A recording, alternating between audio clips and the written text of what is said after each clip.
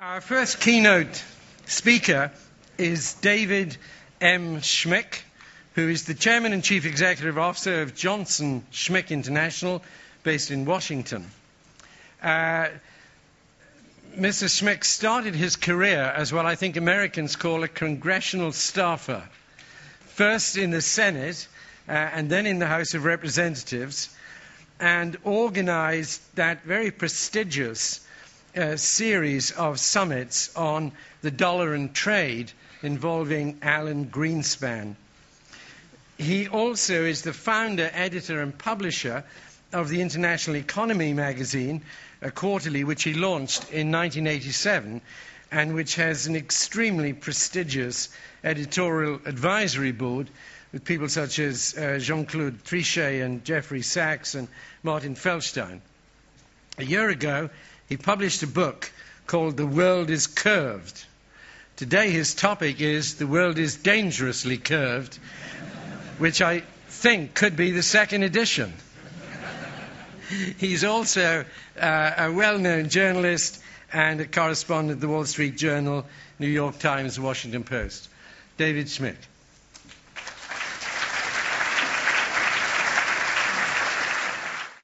It's a real pleasure to be with you today, and I received for years I've heard about the St. Gallen Forum and how prestigious it was, and then I received a letter signed by Herr Ackermann, who is the most distinguished financial statesman in Europe. So I thought, what a combination, and I said, so I'm very, very honored to be here as part of this. I actually spend most of my time as an advisor to a lot of investment firms, but that's kind of my day job. But I wrote a book, started writing a book about 6 months before the subprime crisis on what I thought were flaws in the international system, and called The World is Curved. It's, most of you know, a book written by a friend of mine, The World is Flat, Tom Friedman, and about the revolution in the global supply chain. And I've been involved in the hedge fund world for 23 years, and it dawned on me that in the financial world, the world is anything but flat. It's curved in that you can't see the dangers looming just over the horizon, because in the financial markets there's a lack of transparency. And so, in any event, it's great to be with you. I thought I'd start by, painting a picture of the world as of today. As I see it, the global economy has experienced a brutal financial deleveraging not seen since the 1930s. As many of you have already said, the value of virtually every asset in the world has been reappraised downward. And the situation, it seems almost like an unstoppable force of nature, a swift downward tidal move. And from August 2007 until last September, I think you could call it a financial crisis. And then with the collapse of Lehman came a full-blown panic in which nobody trusted anyone or any institution. And so our policymakers pulled out all the stops. Of course, the Federal Reserve slashed short-term interest rates to near zero while doubling the debt on its balance sheet. And the European Central Bank and central banks around the world injected unprecedented amounts of liquidity into the system. The U.S. Congress passed a fiscal stimulus and the Obama budget package, which are likely to produce unprecedented budget deficits for as far as the eye can see. I hope not, but certainly there's a potential there. And also the potential for steeply sloped yield curves in the future and higher inflation. After all this, here's the latest, as I see it, of the Washington conventional wisdom of where things now stand. Here's what we're told to believe. The U.S. economy, which until recently was in a free fall, has begun to stabilize ever so slightly. Politicians are already excited in Washington about what they perceive as green shoots of potential growth starting to spring up, and some forecasters are quietly suggesting the possibility of positive U.S. growth for the second quarter of this year. The world's now excited about the possibility that maybe the U.S. economy could once again become the global locomotive. I guess I'm here to tell you not to buy any of this optimism, or at least not yet.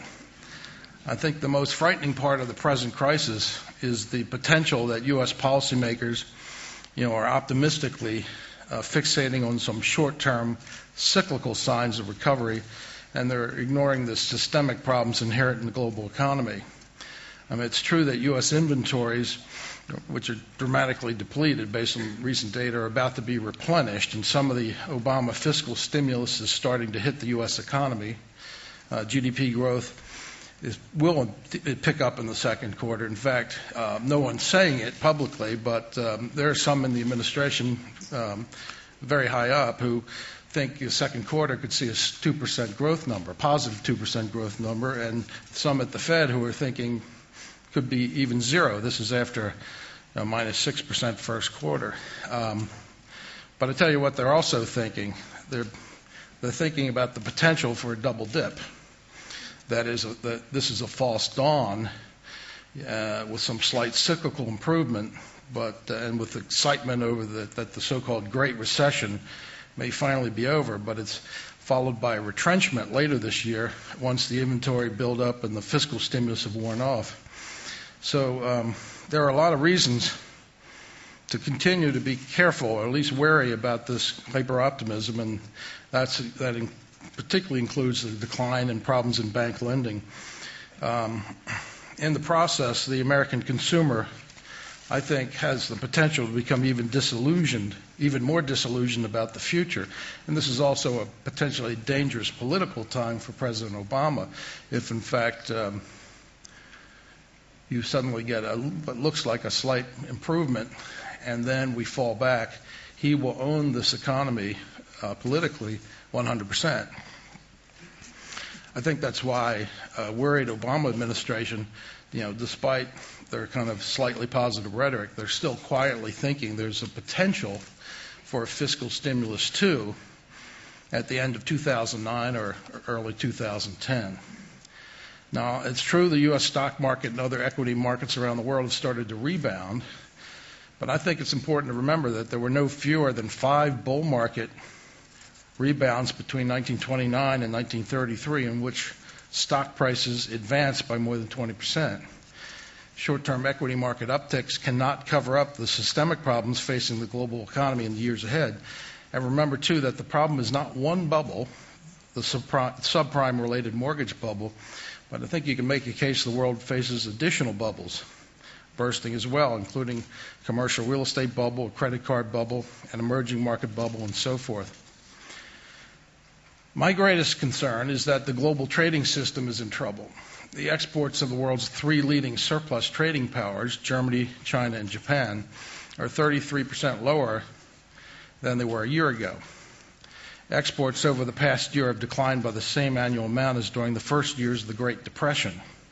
Imports of the world's leading deficit economy, the United States, are down by even more. Two-way world trade has contracted by $1.5 trillion. Now, here's the most frightening part of this scenario. U.S. households are at the epicenter of the collapse of the post-war trading system. American households have lost a total of $25 trillion in net worth since the onset of the crisis. As a result, the personal savings rate is soaring from saving $21 billion in the first quarter of 2008 to a whopping $453 billion in the first quarter of 2009. Now, if the U.S. personal savings rate continues to increase, and let's say it remains at its historic average of 7 or 8%, with the rate of personal consumption dropping through the floor, it will take a generation to replenish this loss of net worth. In the process, the entire U.S. trade deficit could potentially vanish. Now, all of us, in a theoretical sense, think Americans should save more and consume less. But a quick return to a 7 to 8% U.S. savings rate would be catastrophic for the global economy and its trading system. Rebuilding that trading system won't be easy. Now, excuse me a minute.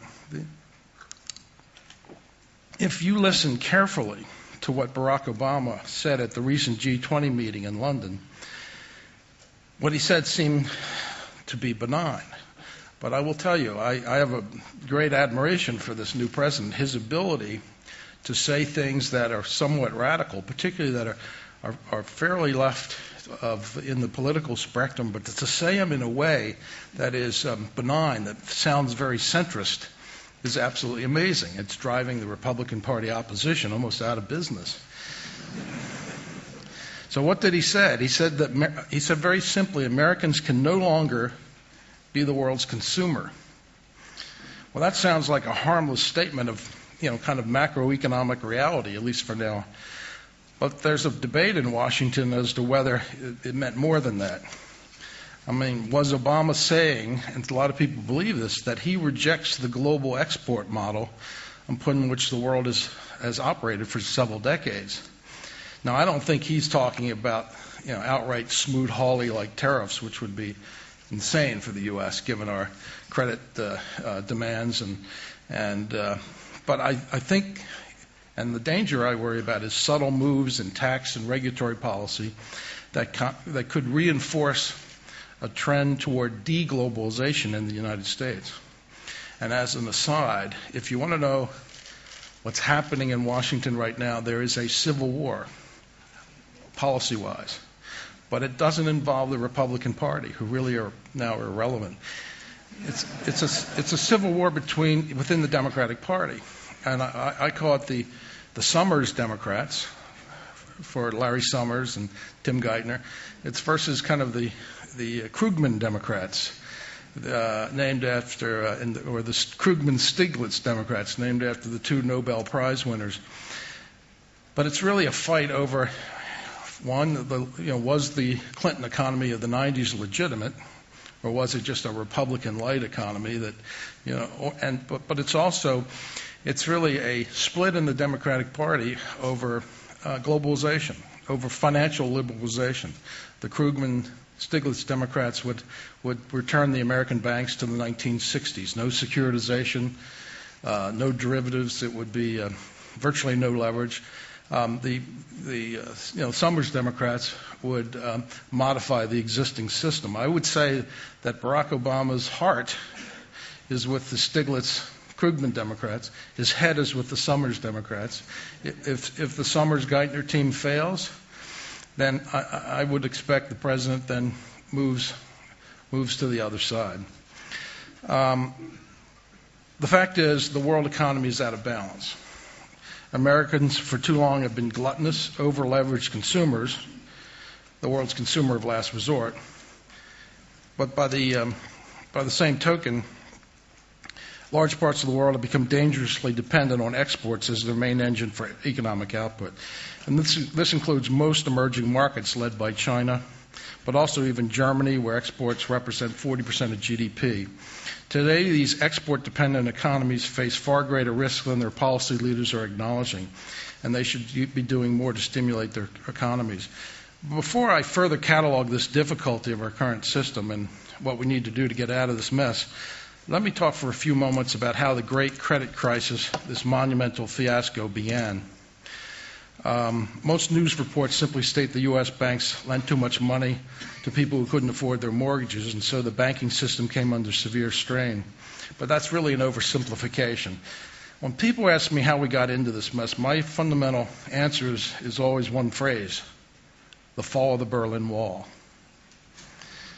By the early 90s, after the collapse of the socialist model, emerging market economies such as China, India, Eastern Europe, and the commodity producers arrived on the scene wanting to be like the West, capitalists, and they became pretty good at it, making their economies more productive, which had the effect of lowering real wages globally. And soon a global ocean of capital, of excess savings, was swirling around a liberalized worldwide financial system. Partly as a consequence of the Asian crisis of the late 90s, most of the emerging market economies adopted a new export-oriented model for success. They tied their currencies in one form or another to the U.S. dollar and refashioned their economies as large export platforms. They target the industrialized world, but particularly the U.S. consumer, who fairly quickly became the U.S. consumer, the world's consumer of last resort. Here's what happened. As the world set up shop as a giant export engine, the low-saving U.S. consumer became almost addicted to consumption. As we kept consuming, world economies began stockpiling record amounts of excess savings. This reliance on exports and stockpiling of savings in lieu of developing consumer-based economies It's a result of the aftermath of the Asian financial crisis and Russian default. The savings stockpiles became an insurance policy against future speculators, but I also suspect large pools of savings, as opposed to a consumption-driven economy, are attractive because they offer opportunities for graft. In China alone, these excess savings quickly approached $2 trillion, and the problem was that there were just too few investment opportunities for so much capital, and a lot of this excess capital was recycled back into the U.S. financial system, usually in the form of fixed income purchases, with U.S. Treasury securities a prime target. This massive influx of global capital, along with the shrinking of global wage demands, allowed American policymakers to think they had defied the laws of gravity. That was a period when Alan Greenspan was called the maestro. Over the last decade, risk became underpriced, long-term interest rates dropped to unrealistic low levels as this ocean of capital poured into the U.S. capital markets in search of too few investment opportunities. In the process, Wall Street thought it had discovered riskless risk. Because the global economy was out of balance, Americans went on a credit binge. U.S. household debt soared from 75% of annual disposable income in 1990 to 130% just before the crisis. At the height of this period, Americans were spending $110 or $1.10 for every dollar they earned, propping up the global economy. Because of this dangerous global ocean of capital in our interlinked world financial system, interest rates had been reduced to unrealistically low levels. And this was a situation that was unsustainable. It was a giant bubble about to burst.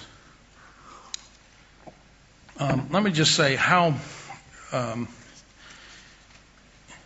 one of the questions about this crisis is, how did a mortgage default, in a subprime market, initially worth $200, $300 billion, topple a world financial system worth trillions, hundreds of trillions?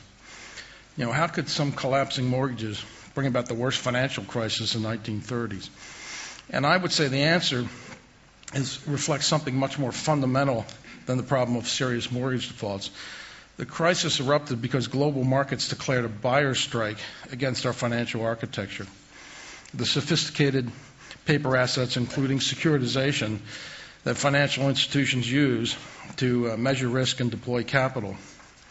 The housing crisis was merely a trigger for a collapse in paper, followed by a deleveraging of the entire bloated with credit financial system. Here's a basic explanation of what happened. In 1998, a decade ago, Wall Street was deluged with this dangerous ocean of capital in search of too few investment opportunities. So the bankers, to increase their fee and bonus income, came up with a new business model. In the past, as a banker, I would, of course, if you were going to take a mortgage, I would lend you the money. I would know you. I would have some idea of your background. If you were a business, my friends, other bankers, we'd make a syndicated loan. But of course, now the bankers discovered a new model for handling risk and distributing capital called securitization, in which the bankers essentially held no skin in the game. For many people, particularly for those of you who are students, if you're not sure of the concept of a securitized mortgage and how that relates to the financial crisis, let me offer this quick analogy.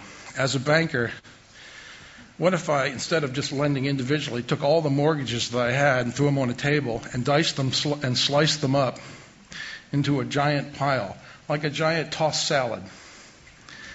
And I tossed them and then sold individual salad bowls around the world and I call them mortgage-backed securities. And for the bankers, everything was going great. I mean, the American banks were achieving 30, 35% return on equity, 5 to 6 months before the subprime crisis, selling salad, essentially. Worse, they set off they went off balance sheet, set up separate vehicles. These vehicles took the salad as collateral, issued commercial paper all over the world, and the system worked great for a while. Then, around September of 2007, somebody discovered in one of the salads a piece of lettuce, and underneath the piece of lettuce was a speck of toxic waste called a subprime mortgage. Wasn't a lot of this, but nobody knew if there was any other and where the little specks of toxic waste were. And so very quickly, the world declared a buyer's strike. When the menu came, they said, "I'm not ordering salad." And it was a declaration of a buyer's strike against our financial paper. And not because all the paper was bad, they just didn't know where the little bits of toxic acid. So suddenly the salad was just mounting up. And suddenly the patient was turning red, then blue, and for lack of financial oxygen. But it was really, and one reason I wrote my book was I could see that the banks, and I would say, the big banks, had lost any understanding of their balance sheets, because any rating, any understanding of the quality of these financial assets of these salad bowls was almost impossible to obtain. So they relied on the report cards of credit rating agencies, which essentially were folks in cubicles using mathematical formulas to try to come up with worst and best case assessments of risk. And so it was basically meaningless. So I listen to all the talk right now of financial financial crisis and reforms, and I would love to hear, in addition to all the talk of bank bailouts and the rest, some politicians and policymakers addressing the issue of securitization, and as well as the whole insurance pyramid over top of that of the CDS market and all the rest. I would like to say, if we're not going to keep this system, fine. If we're going, then we're probably going to defund emerging markets. If we're going to keep the whole concept of securitization, then how do we reform the system? How do we standardize the system? How do we include DNA labeling for what's in a securitized asset? None of these questions, in my view, are being addressed adequately. So I know we're running out of time. So no, it's so fascinating. All right, well, I never thought as a banker I'd be accused of making salad. In any event, the fact is we've surrendered control of our financial system to 5,000 specialists, who are the only one who can understand the nature of these sophisticated financial instruments, particularly during a time of crisis. This situation, of course, was exacerbated by the fact that the financial institution used enormous amounts of leverage beyond belief. The failed U.S. investment firm Bear Stearns engaged in dangerous leverage at 34-1. Freddie Mac and Fannie Mae, 75-1. German bank Hypo Real Estate, 112-1. I mean, it's beyond belief. Let me just skip through it. Because the crisis, has touched the world, not just the United States. And I'm very much concerned with the question of the European banking system. I would exclude Deutsche Bank from that, but there are a number of other banks that I wonder about the emerging market debt and how much the European banking system has come to terms with their balance sheets as well. Particularly, I look at the Austrian situation, if that is an indication of $300 billion. Now they're trying to work through this $300 billion in emerging market debt with a GDP of 370. But let me just say this: if the emerging markets continue to weaken, we are all at risk. That's because the entire world is interconnected. And if there's a collapse of European financial institutions and the American counterparts, we'll all take a hit.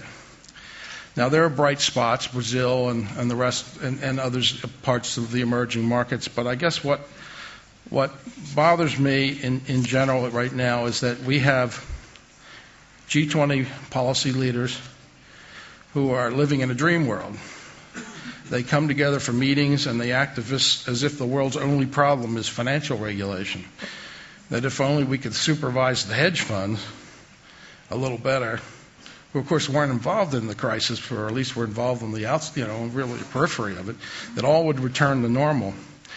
And I think, meanwhile, the whole global trading system is crashing down before their eyes, and the next step will be beggar thy neighbor currency manipulations, with nations trying to gain advantage with a little trade left in the system. Perhaps most troubling is that our global leaders, to me at least, give little indication that they're aware that this is the time, with the global economy shrinking, that will likely give rise to significant geopolitical risk. Now, when the global economy expands, everyone gets along. And let me just end with this, but when the pie shrinks, as it is today, tensions rise to the surface. If you consider China, a momentum-driven economy dependent on extraordinarily high growth rates, above 8%, to avoid social unrest, a growth rate of below 6% in China is considered catastrophic. Now, the latest evidence suggests that China may be growing at around 6%. Now, it's true some forecasts suggest a spike in growth temporarily as a result of the fiscal stimulus spending, but the collapse in global trade has been devastating for the Chinese economy, still massively dependent on exports. Making a transition as the leading emerging market economy from an export-driven to a consumption-driven economy will take a decade.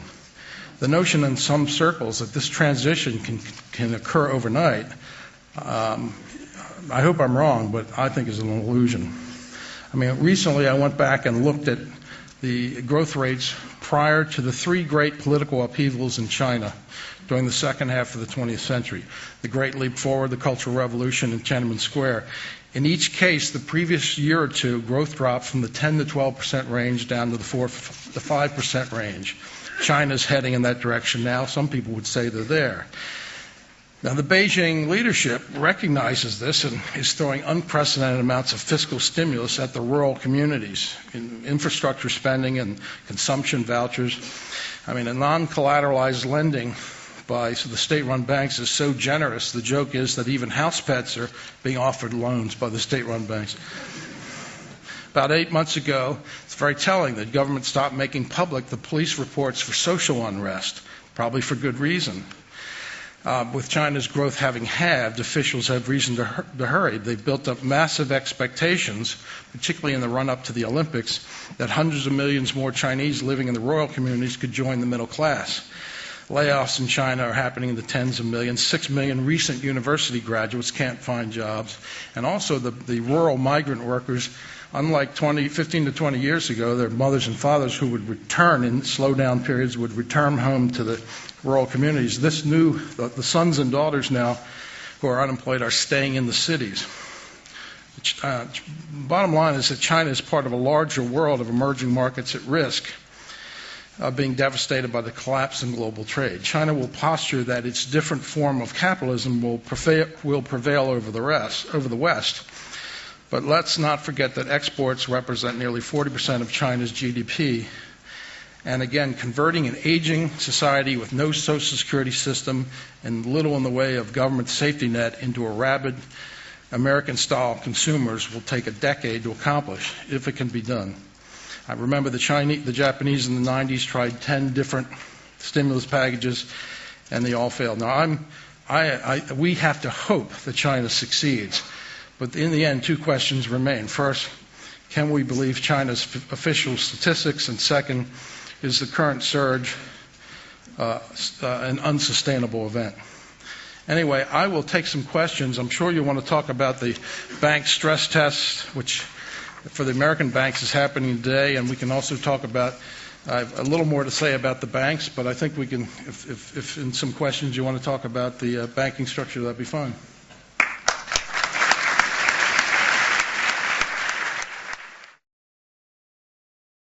Who would like to start? Gentleman there.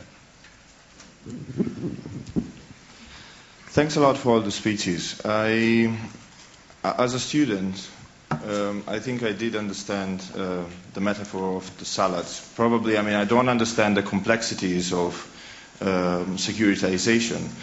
but I think that the metaphor is pretty solid. Well, I do agree with the idea of a buyer strike. At the same time, I think that you're partially, if I can try to challenge you, you're partially missing the point in the sense that not only did we have a buyer strike, but there was something happening in the kitchen. I make you an example. I had an accidental conversation with a professor last year, a member of the G20, and he was saying he was particularly concerned by interbanking lending. That was one of the major issues that the G20 faced at the time. So my question is, what's the level of trust currently in the banking sector? What's the role of trust in the banking sector? In the sense that if there is one thing you can't regulate, is trust. Or continuing your metaphor, what's the situation in the kitchen? Thanks a lot. Well, I hesitate to kind of talk about the issue of trust with the premier banker sitting here, who could address this a lot better, but let me try at least. The lack of trust. If you look at banks, like the American banks keep very little cash on hand. Traditionally lend it back and forth to each other, but about 3 months ago, the excess, cash on hand that the American banks had, which usually is $3 to $7 billion, was suddenly $900 billion because they didn't trust. Each banker thought the other banker had no clue about his bank balance sheet, and so that, if you look at the LIBOR, that situation has improved significantly, and I think the central bankers deserve some credit for injecting a lot of liquidity, and the situation has been positive. I would say the real issue for the banks, and I can speak for the American bank since I kind of look at that situation more closely.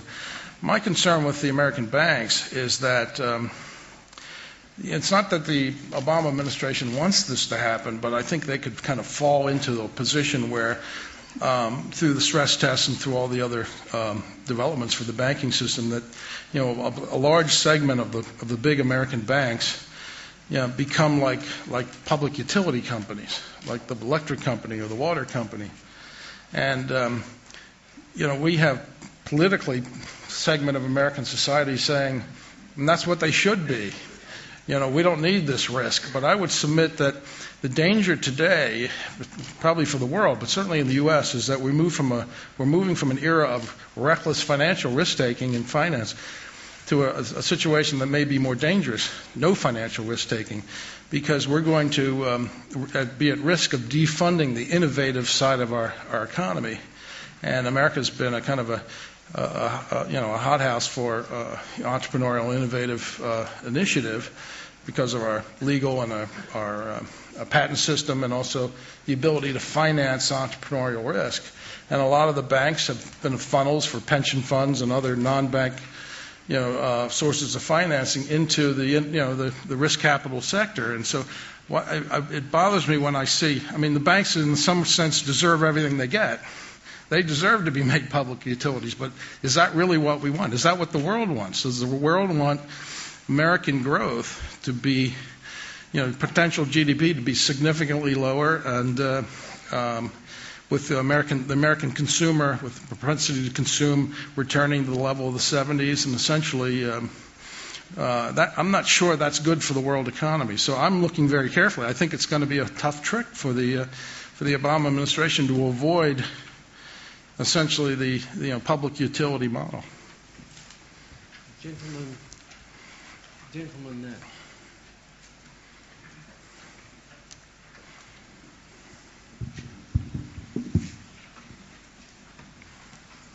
Sorry, the ladies first. The gentleman with sort of, I think, a light blue shirt. Yes. No, we'll take a question from you and then. Good morning. Through securitization, as you mentioned, banks effectively transfer the risk from their balance sheet to the investors. But by removing the toxic assets off balance sheet of the banks, the risks are actually transferred from the investors to the taxpayers. So in my simple world, it's all a zero-sum game. So there will be casualties.